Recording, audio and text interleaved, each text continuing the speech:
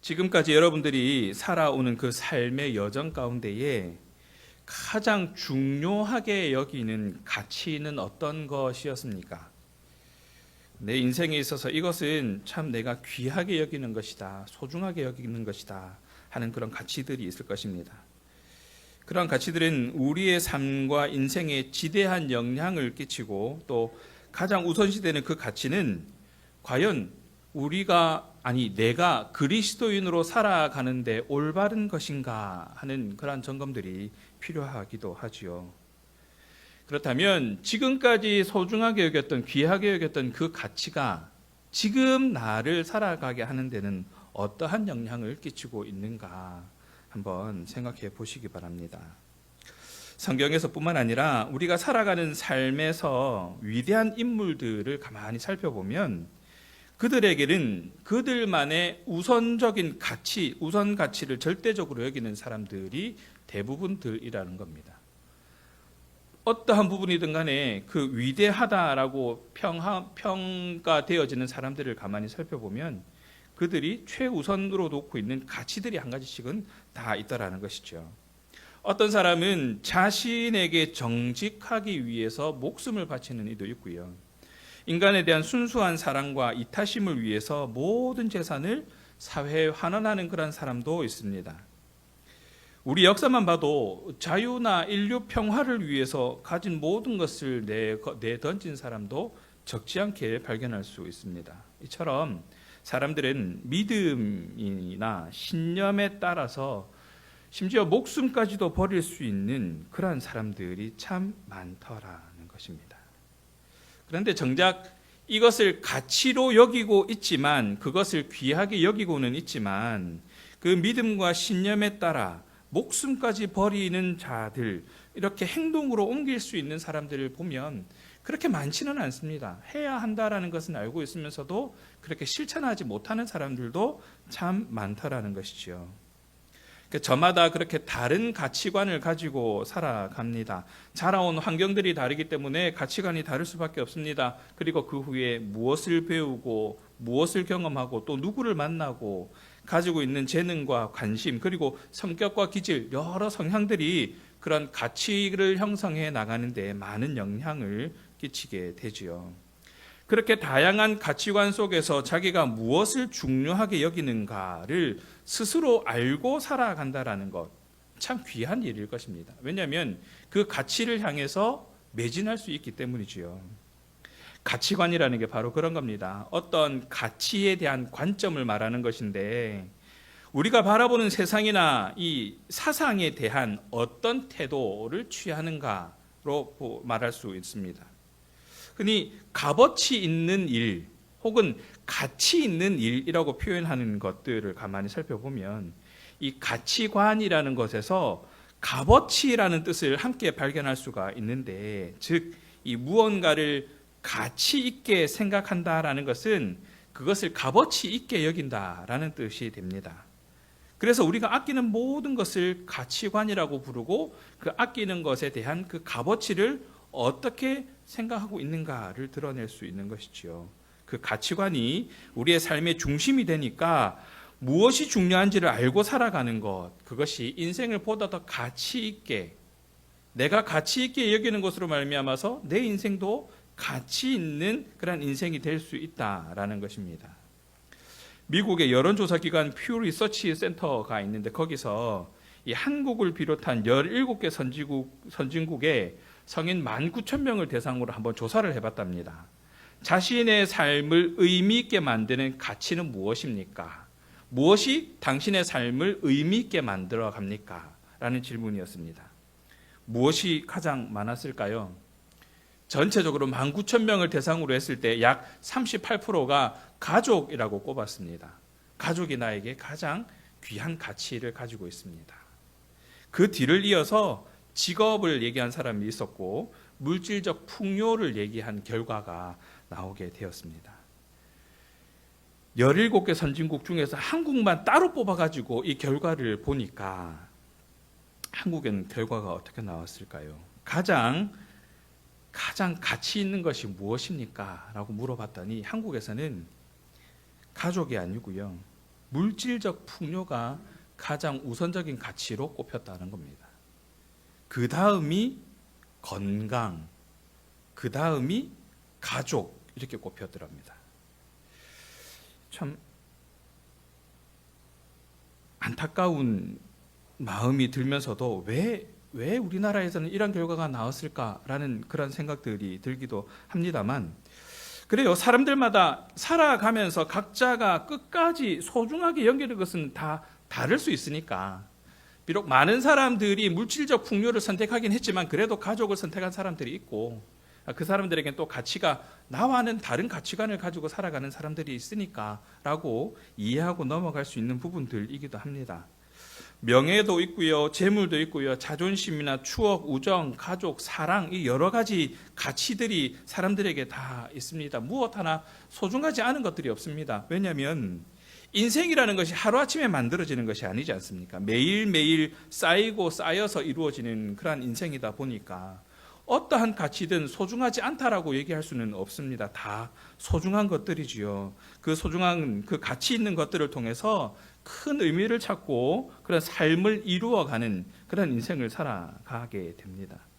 그런데 성도라면, 그리스도인이라면 보다 더 신실하고 거룩한 것을 소중히 여길 수 있어야 할 것입니다. 그것은 바로 하나님으로부터 비롯된 것입니다. 우리의 사명이라는 부분인 것이죠. 사명은 우리가 마지막까지 붙잡아야 할 하나님의 부르심의 이유이며 명령입니다. 가장 가치 있는 것으로 우리 삶의 중심에 있어야 하는 것이지요. 그런 면에 있어서 모세는 그 사명의 사람으로 끝까지 최선을 다한 사람으로 우리에게 평가되어집니다. 모세는 아직 가나안 땅을 밟지 못한 상황이지만 이제 그의 사역을 마무리해야 하는 시점에 놓여져 있습니다. 은퇴를 앞두고 그냥 쉴 법도 한데, 쉬고 싶은 마음이 들만도 한데 하나님은 모세에게 명령하십니다. 민수기 31장 2절입니다. 이스라엘 자손의 원수를 미디안에게 갚으라. 오늘 본문의 앞에 있는 25장에 보면 부올에서 있었던 일들이 있었거든요. 이스라엘을 타락시켜서 하나님이 그 때문에 진노하시고 연병이 이스라엘 백성들 가운데 퍼지게 되어서 많은 사람들이 죽게 되었습니다. 24,000명이라는 사람들이 죽게 되는 일들이 있었습니다. 그 징계에 대해서 하나님께서 원수를 갚으라라고 모세에게 명령을 하시는 겁니다. 하나님이 이 일을 얼마나 심각하게 여기셨는가를 보여주는 장면이기도 한데, 악한 의도를 가지고 접근해서 이스라엘이 범죄하도록 한 미디안 사람들에게 책임을 묻기 위해서 이제 모세의 네가 마지막 사역을 마무리함에 있어서 이 일은 끝내놓고 너의 그 사명을 마무리하도록 하라라고 명령을 하고 계시는 겁니다. 사실 새로운 지도자 여호수아도 세워졌잖아요. 그러면 여호수아를 통해서 얼마든지 일하실 수 있는데 모세 입장에서는 이제 쉬고 싶은 마음이 들 법도 한데 하나님은 모세를 콕 집어서 얘기하십니다. 네가 가야 한다. 아마도 이 가나안 정복을 앞둔 시점에서 여호수아에게는 가나안 정복 이후에 그 모든 사역들을 다 맡기시고 이 가나안에 들어가기 전에 모든 사역들을 모세로 하여금 마무리하게 하시려는 그런 하나님의 의도가 숨어 있지 않는가 보게 되는데, 거기에 대해서 모세는 순종합니다. 31장 4절과 5절입니다. 이스라엘 모든 지파에게 명령합니다. 각 지파에서 1000명씩을 전적에 보낼지라. 각 지파에서 1000명씩 이스라엘 100만 명 중에서 12,000명을 택하여 무장시킨지라. 하나님을 의지하면서 믿음으로 나아간다라는 것은 하나님께서 명령하셨으니까 하나님의 명령에 따라서 우리가 사명을 감당하는 거에 있어서는 하나님께서 다 알아서 하실 거니까 우리는 아무것도 안 해도 된다라는 것을 말하지 않습니다. 준비나 전략이 필요하지 않다라고 얘기하는 것이 아니죠. 오늘 본문에도 보면 모세는 12,000명을 택하여 무장시켰다라고 얘기를 하고 있습니다. 전략을 세우고 군사를 선출하고 무장하게 합니다. 그래서 이 모든 지파가, 이스라엘 모든 지파들이 이 미디안에 대한 원수를 갚는 이 거룩한 전쟁에 다 참여할 수 있도록 다 계획을 세우고 있습니다. 그리고 31장 6절에 보면 모세가 각 지파에서 1000명씩 싸움에 보내되 제사장 엘르아살의 아들 비느하스에게 성소의 기구와 신호나팔을 들려서 그들과 함께 전쟁에 보내매 전쟁이라고 얘기를 하는데 여기서 주목해야 되는 부분이 바로 이겁니다. 제사장 비느하스가 성소의 기구와 시노나파를 가지고 전쟁에 함께 참여하고 있다라는 겁니다. 비느하스는 어떤 사람이었냐면 이스라엘이 우상 숭배로 하나님께서 노하게 되었을 때에 하나님의 진노를 멈추게 했던 사람입니다. 즉 하나님께서 아끼는 사람 중에 한 사람이었죠. 하나님께서 비느하스를 통해서 이스라엘의 진노가 멈추게 되었다. 그만큼 하나님은 비느하스를 쓰고 있는 사람이었습니다. 이 말은 다르게 말하면 이 비느하스가 함께하고 있는 이 전쟁은 그냥 일반적인 전쟁이 아니다라는 것을 의미합니다. 민수기 25장 7절과 8절은 이렇게 얘기합니다. 제사장 아론의 손자 엘르아살의 아들 비느하스가 회중 가운데서 일어나 손에 창을 들고 그의 막 사이에 들어가 이스라엘 남자와 그 여인의 배를 꿰뚫어 두 사람을 죽이니 연병이 이스라엘 자손에게서 그쳤더라. 하나님의 진노를 멈추게 했던 그를 지금 사용하고 계시다라는 겁니다. 자신을 대신해서 이스라엘의 죄에 대해서 지적하고 죄를 처벌했던 비느하스의 손에 성소의 기구들과 시노나파들을 들게 해서 전쟁에 함께 내보내고 계시다라는 사실은 이 미디안에게 원수를 갚는 이 전쟁이 그냥 군사력을 가지고 전략을 가지고 무기를 가지고 그냥 할 수 있는 전쟁이 아니다라는 것을 드러내십니다. 하나님께서 함께 하시는, 하나님께서 하게 하시는 전쟁이다라는 것을 보다 분명하게 드러내는 것이 바로 비느하스의 동참입니다.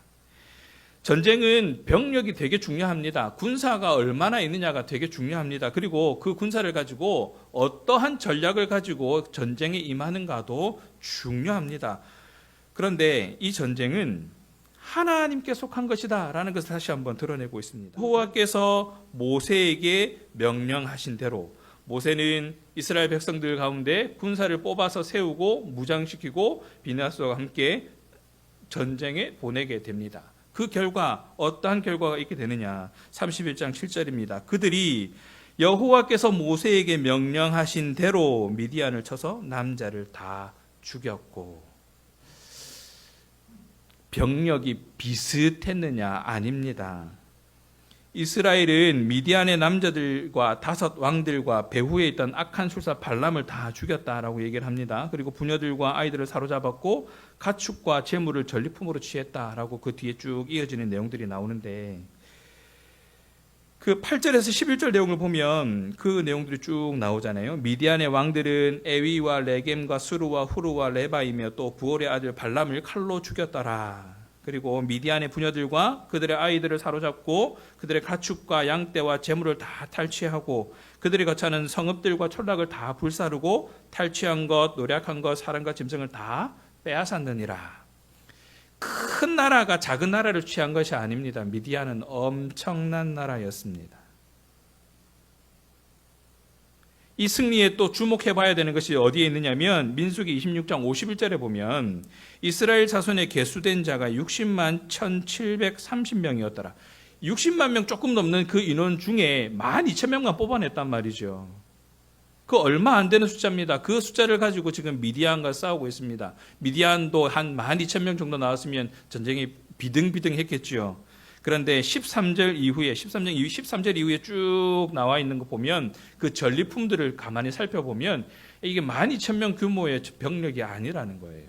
엄청난 수의 규모였음에도 불구하고 12,000명으로 승리했다라는 사실은 하나님께서 함께 하신 전쟁이었기 때문에 가능하다라는 것을 다시 한번 얘기해 주는 것이고, 이 미디안을 향한 이 복수의 전쟁은 하나님께서 하게 하신 전쟁이었다. 그 전쟁은 하나님께 얼마나 순종하는가에 따라서 그 결과가 이런 결과를 얻을 수 있었다라는 것을 다시 한번 명확하게 드러내는 것입니다. 하나님은 이스라엘 백성들에게 이러한 경험을 하게 한 이유가 있습니다. 뭐냐면 모세를 통해서 가나안 땅에 들어가기 전까지의 사역들은 다 마무리되지만 이제 이스라엘 백성들은 가나안 땅에 들어가야 됩니다. 가나안을 정복하고 그곳에서 하나님의 나라의 자녀로서 하나님 나라를 이루어가며 살아야 합니다. 그들에게 하나님 나라의 원리를 미리 한번 경험하게 해 보신 것이죠. 뭐냐면 전쟁에서 승리할 수 있는 중요한 원칙을 이 경험을 통해서 익히라는 겁니다. 군사력도 물론 중요하고 전략을 잘 세우는 것도 중요하고 많은 재물을 가지고 적재적소에 그 재물을 써가면서 전쟁을 하는 것도 물론 중요하고 주변과 외교를 어떻게 해서 이 전쟁을 할 때 어떤 도움을 받아서 그 전쟁을 잘 할 것인가 물론 그것도 중요하지만 그것이 문제가 아니라 하나님의 말씀에 철저히 순종했을 때 진정한 승리, 큰 승리를 얻을 수 있다. 그것을 경험하게 된다라는 원칙을 이제 경험했으니 잊지 말아라 라는 것을 하나님께서는 담고 계시다라는 겁니다. 세상에서 살아가기 때문에 세상의 원리를 무시하며 살아갈 수도 없습니다. 우리의 삶이 그렇지요. 세상 사람들과 함께 살아갑니다. 그들에게 그리스도인의 방법으로 살아가는 것 쉽지 않습니다. 그럼에도 불구하고 철저한 순종을 통해서 맛보게 하시는 그 하나님의 방법은 우리의 유일한 무기가 되어집니다.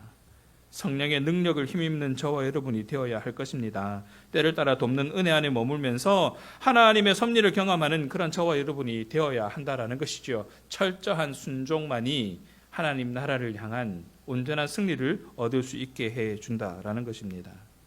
그렇게 하나님께서는 이스라엘 백성들을 이끌어 가십니다. 모세를 통해서 그렇게 일해 가십니다. 모세는 그렇게 순종해 가고 있는 중입니다. 미디안과의 전쟁에서 승리한 군인들을 맞이하는 모세는 끝까지 경계를 늦추지 않습니다. 이제 미디안에게 복수를 했으니까 전쟁에서 승리하고 온 그들을 이제 맞이해야지요. 맞이하면서 잘했다 칭찬하고 하는 일도 물론 중요합니다. 그런데 모세는 그 경계를 늦추지 않습니다. 이들이 가지고 온 전리품 중에서 하지 말아야 할 것들을 발견하게 됩니다.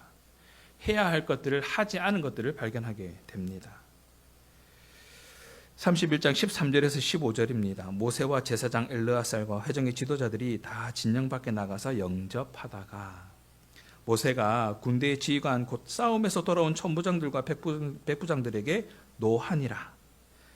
모세가 그들에게 이르되 너희가 여자들을 다 살려두었느냐. 사랑하는 신앙가족 여러분, 철저한 순종은 가치를 하나님께 두는 것입니다. 가치 있는 것은 하나님께로부터 나온다라는 것을 늘 인정하며 살아가는 것입니다. 하나님의 방법만이, 하나님의 뜻만이 내 삶 가운데 가치 있는 것이다라는 것을 인정하며 살아가는 것입니다. 미디안과의 전쟁에서 돌아온 군대 속에서 모세가 발견한 것은 이전에 바알볼 사건과 연관되어 있는 여인들을 살려둔 것입니다. 그들을 통한 그 아들들이 살아있다라는 것을 발견한 겁니다. 남자아이와 사내를 아는 여인들은 다 죽이고 그렇지 않은 여인들은 살리라라고 분명히 명령이 있었음에도 불구하고 그러지 않은 것에 대해서 너희들 왜 이렇게 했느냐라고 다시 한번 단호하게 명령합니다. 다 죽이라라는 겁니다. 31장 16절과 18절에 그렇게 나와 있죠. 보라, 이들이 발람의 꾀를 따라 이스라엘 자손을 부올의 사건에서 여호와 앞에 범죄하게 하여 여호와의 회중 가운데서 연병이 일어나게 하였느니라. 이들이 그렇게 했다. 그러니까 아들 중에서 남자는 다 죽이고 남자와 동침하여 사내를 아는 여자도 다 죽이고 남자와 동침하지 아니하여 사내를 알지 못하는 여자들은 다 너희를 위하여 살려둘 것이라. 하나님께서 분명히 구분하셨습니다. 그래서 모세에게 그렇게 명령하셨고 모세는 또 그렇게 분명히 전달했습니다. 그런데 이 사람들은 그렇게 하지 않았습니다. 이 전쟁은 하나님께서 명령하신 전쟁이었기 때문이기도 하지만 무엇보다 미디안은 발람이 이스라엘 족속들을 모압 여인과 음행하게 함으로써 범죄하게 한 그 이력들을 가지고 있거든요. 즉 미디안 때문에 이스라엘이 음행하게 되어서 하나님 앞에 진노하게 되었단 말이에요. 하나님께서 진노하게 되셨단 말입니다. 근데 그 습관들을 그대로 가지고 오려고 지금 하고 있는 거가 되는 거예요. 이스라엘 회중 중에 연병이 일어나 많은 사람들이 죽게 했던 그 일들을 다시 기억하게 하는 일들이 지금 이들이 가지고 온 전리품 속에 숨겨져 있었던 겁니다. 철저한 순종을 방해하는 이스라엘 민족이 가져야 할 순수한 가치관을 오염시킨 장본인들이 그 속에 숨어 있었고 모세는 그것을 발견했고 그것마저 진멸하라라고 다시 명령을 하고 있는 것입니다. 분명 원수를 진멸하라고 명령하셨는데 이 사건에 연루된 이들을 살려두고 전리품으로 가지고 왔으니 하나님께서 화나실 만하지요. 모세도 그것을 보고 화날 만하지요. 그래서 이제라도 어서 여호와의 뜻을 따라서 진멸을 실행하라라고 다시 한번 명령하고 있는 겁니다. 왜 이렇게까지 할까? 당시의 풍습을 보면 그래요. 전쟁하고 나면 남자들만 다 죽이면 되는 겁니다. 전쟁에 참여한 남자들만 다 죽이고 나면 그 전쟁은 그냥 끝난 거예요. 더 이상 싸울 사람이 없으니까 안전한 상태가 되는 것이죠. 그런 습관들이 있었던 거예요. 완전히 진멸하지 않은 데는 하나님께서 하라 하신 것에 대한 가치보다 다른 것의 가치를 더 두고 있었던 습관들이 자리 잡고 있었던 겁니다. 전리품에 대한 욕심을 넘은 탐심이 그들에게 작용했던 것이지요. 그 탐욕이 하나님의 명령보다 진리를 추구하는 쪽으로 기울었다가 결국에는 심각한 불순종의 길을 선택하게 만들었다는 겁니다. 다들 그렇게 하는데요. 전쟁에서 이 정도는 해도 되지 않습니까? 그래도 이만큼은 죽였으니까, 전쟁에 나왔던 남자들은 다 죽였으니까 이 정도는 해도 괜찮지 않습니까? 요거 좀 아까운데, 버리기는 아까운데, 그런 마음들이 그들 가운데 있었던 것이죠. 그 마음이 자라서 결국에는 불순종의 길로 가게 만든 겁니다. 왜 바늘 도둑이 소도둑 된다고 얘기하지 않습니까? 안일하게 생각했던 그 작은 습관이 큰 죄로 자리 잡게 되었다는 겁니다. 하나님 나라, 하나님의 방법, 하나님의 뜻에 따라 철저한 순종을 해야 하는 그 하나님을 향한 그 마음, 하나님을 향한 최우선의 가치로 삼아야 하는 이들이 순간 놓쳐버린 것이 바로 이 습관이라는 부분인 것이죠. 지금까지 내가 가치 있게 여겼던 것들에 대한 습관, 세상 사람들과 살아가면서 별것 아닌 것으로 여겨왔던 그러한 습관들, 대단한 것은 아니지만 그래도 소소한 이 정도쯤이야 하는 그런 마음으로 자리 잡고 있는 우리 삶 가운데 있는 습관들. 당시 전쟁에서 승리한 군대가 의뢰하는 대로 남자는 다 죽였어요. 남자는 다 죽였습니다. 전쟁에 나온 남자들은 총을 들고 칼을 들고 싸울 수 있는 남자들은 다 죽였습니다. 여자들과 어린 아이들, 전리품만 챙겨서 돌아왔습니다. 표면적으로 보면 아무 문제가 없어 보입니다. 전투에 참여한 남자들만 처리하면 안전하다고 여기는 그러한 그 안일함이 그들 가운데 있었기 때문이기도 하죠. 그런데 이들이 놓친 것은 무엇이냐면 왜 이 전쟁을 했는가 하는 부분인 겁니다. 그냥 땅을 차지하기 위해서 한 전쟁이 아니었잖아요. 그냥 우리가 안전하기 위해서 우리를 침범하는 그 나라들로부터 우리를 지키기 위해서 했던 전쟁이 아니었잖아요. 이 전쟁은 어떤 전쟁이었습니까? 하나님 앞에 범죄하게 했던 미디안에게 복수하는 전쟁이었습니다. 하나님께서 하라 하셨던 그런 전쟁이었어요. 그러면 철저하게 하나님 말씀대로 전쟁의 끝까지 그렇게 나아갔었어야 되는 것이죠. 그런데 안일하게 이 정도 했으니까 되지 않겠는가라고 생각해 버린 겁니다. 왜 이 전쟁을 했는가에 대해서 끝까지 생각했다면 이렇게 행동하지 않았을 것입니다. 살아가면서 왜 살아가는가를 잊어버리게 된 것이죠. 그렇게 살아가기 위해서 무엇을 해야 할 것인가에 대한 부분들이 흔들려 버린 겁니다. 그냥 살아가는 거죠. 바닥부터 흔들리기 시작하니까 건물 전체가 흔들리게 된 것과 별반 다르지 않습니다. 그래서 모세는 단호하게 명령합니다. 다 진멸하라. 지금까지 이스라엘 백성들에게 끈질기게 따라다니던 이 우상 숭배에 대한 고리를 완전히 끊어내버리기 위해서는 이 미디안 전쟁의 승리도 물론 필요했지만 그 미디안 전쟁 후에 따라오게 될 전리품 속에서 그 건덕지가 있을 만한 것들은 다 끊어내버려야 된다라는 것이 모세의 생각이었고 하나님께서 모세를 통해서 명령하신 것은 바로 그것이었습니다. 더 이상 우상 숭배 때문에 너희들이 흔들리지 마라. 우상 숭배 때문에 너희들이 나를 하나님을 섬겨야 되는 그 마음 가운데 불순한 것들이 섞여서 철저한 순종으로부터 벗어나지 않도록 너희 마음을 다시 한번 점검해야 한다라는 그 의도가 담겨져 있는 전쟁에서 너희들 지금 이거 잊고 있다. 너희들 습관 때문에 이거 지금 놓치고 있다라는 것에 대해서 다시 한번 강력하게 주장하는 겁니다. 모세는 우상 숭배할 만한 조금 한 싹이라도 모조리 잘라버려서 이스라엘 공동체 속에 정결함과 평안함만이 가득하게 하도록 하기 위해서 의도적으로 진멸하라라고 다시 한번 명령하고 있다는 것이죠. 지금도 주님을 따르는 삶을 살아가는 저와 여러분의 여정 속에서 끊임없이 경계해야 하는 것이 있다면 탐욕을 통해서 젖어드는 이기적인 행동과 불순종의 길을 걷게 하는 지속적인 미혹이라는 겁니다.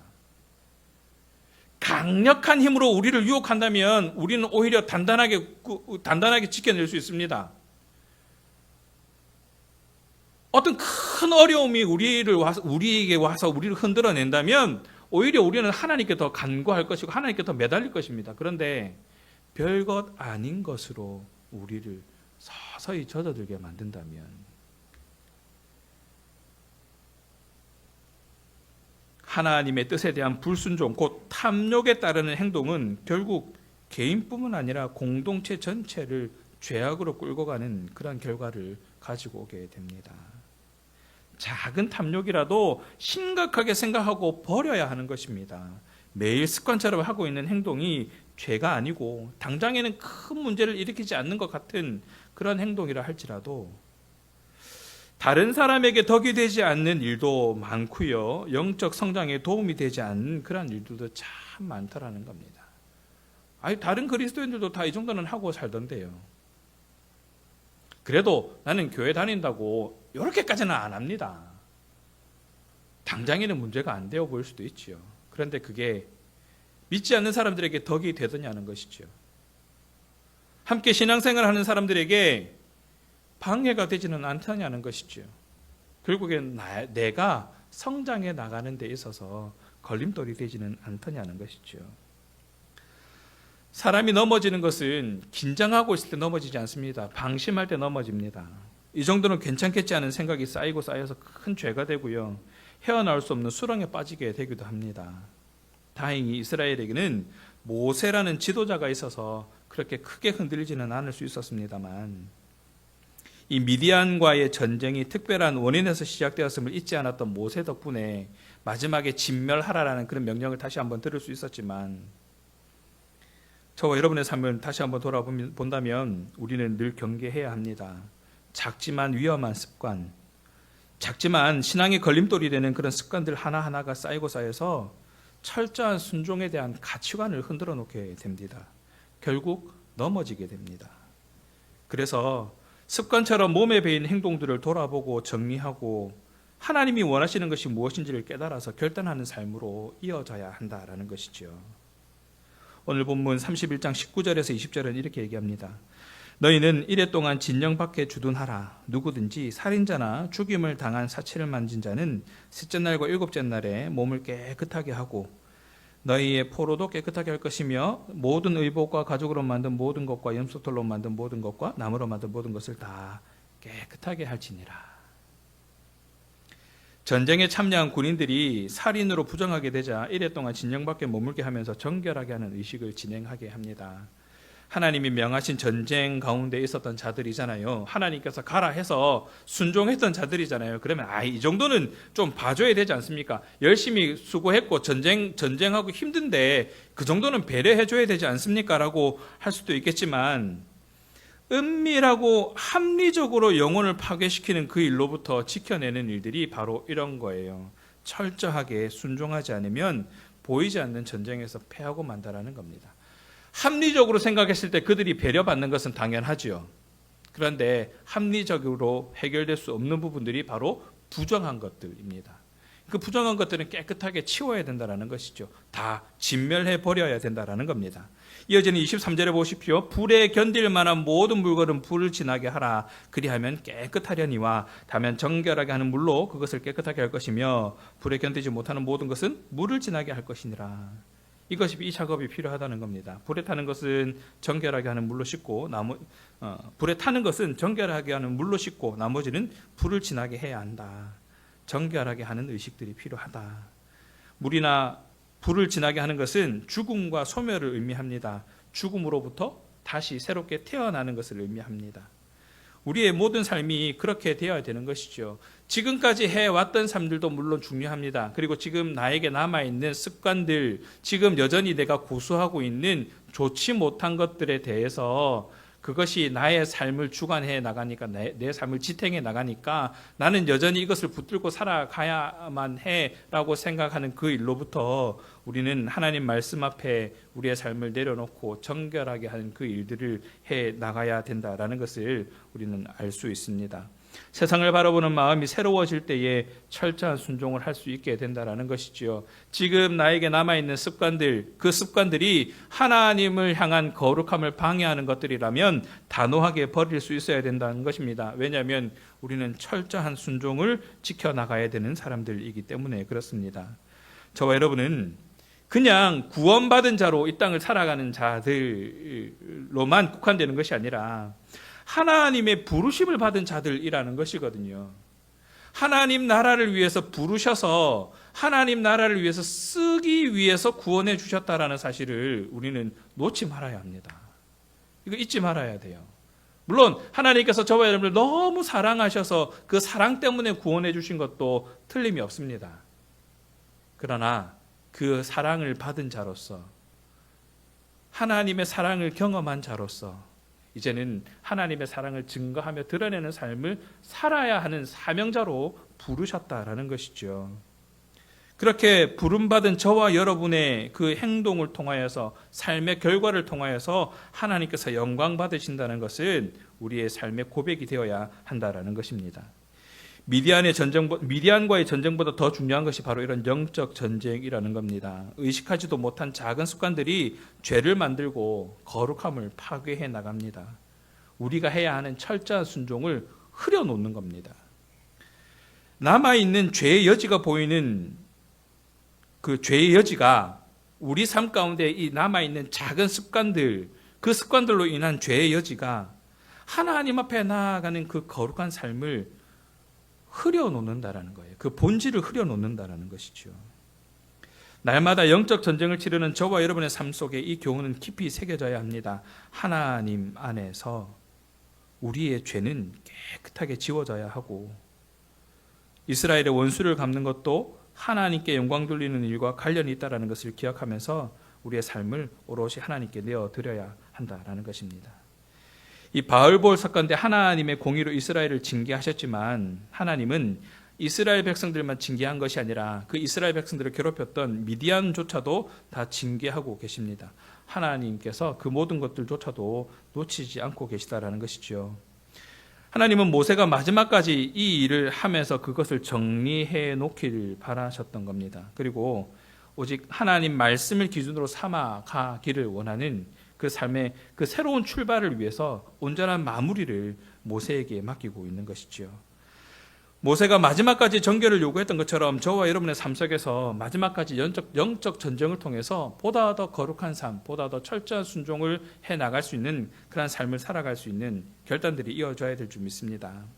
그래서 오늘 본문 24절은 이렇게 얘기합니다. 너희는 일곱째 날에 옷을 빨아서 깨끗하게 한 후에 진영에 들어올지니라. 하나님의 거룩함 속에 우리가 들어가기 위해서는 깨끗하게 한 후에 들어가야 한다는 것입니다.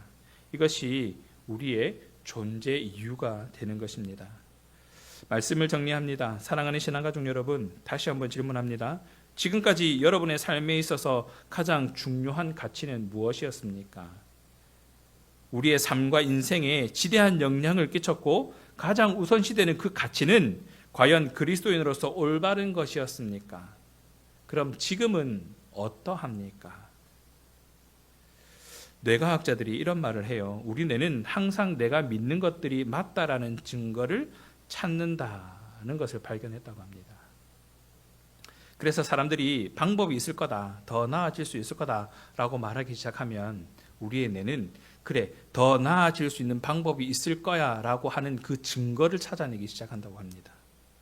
확증 편향이라고 하는데 부정적인 표현으로는 이렇게 얘기해요. 내가 믿고 싶은 것만 믿는다라고 얘기를 하죠. 세상 사람들은 이것을 가지고 이렇게 해석을 합니다. 판타지 같은 그런 해석을 하게 돼요. 전혀 불가능한 일이지만 내가 할 수 있다고 믿으면 그거 할 수 있게 되는 거다.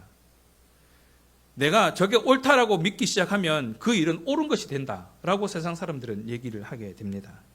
그러나 우리는 진리 안에서 하나님의 뜻을 발견하고 섭리를 깨달아서 철저한 순종을 할 수 있게 하는 그 뇌의 역할들을 잘 활용할 수 있으면 얼마나 좋겠습니까? 하나님께서 참 진리이시고 하나님께서 베푸시는 그 은혜가 참 은혜이고 하나님께서 인도하신 그 섭리가 참 진리라는 것을 우리가 알고 있다면 이것이 맞다라는 증거를 찾아내는 그 뇌의 역할을 잘 할 수 있도록 우리의 믿음의 여정이 하나님 보시기에 합당한 삶을 살아가는 그러한 삶이 될 수 있지 않겠느냐라는 겁니다. 제임스 알렌이라는 철학자가 이런 말을 합니다. 현재 우리의 모습은 지금까지 우리가 품어온 생각의 결과이다.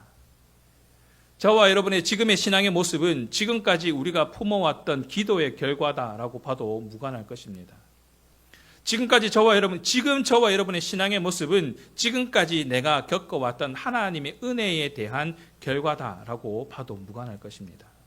그렇다면 앞으로의 저와 여러분의 삶은 어떠해야 하겠습니까? 본문은 분명히 얘기합니다. 철저한 순종만이 우리의 삶의 이유가 되어진다. 그 철저한 순종을 흐려놓는 죄의 본질들은 깨끗하게 씻어내어야 한다. 철저한 순종으로 그렇게 살아갈 수 있다는 것, 우리 하나님의 섭리 안에서 하나님의 인도하심에 따라 살아갈 때에 우리는 그것이 가능하다라는 것을 알게 됩니다. 그래서 우리는 작은 불순종의 습관부터 고쳐서 온전한 모습으로 철저한 순종을 결단하는 그런 삶을 살아가는 저와 여러분의 모습이 되어야 할 것입니다. 뿐만 아니라 가능하게 하시는 능력을 힘입어서 살아가는 그런 저와 여러분의 모습이 되어야 될 줄 믿습니다. 그렇게 하나님께 간구하며 나아갈 때에 철저한 순종으로 하나님께 영광 돌리는 복된 삶을 살아가는 저와 여러분 되기를 간절히 소원합니다.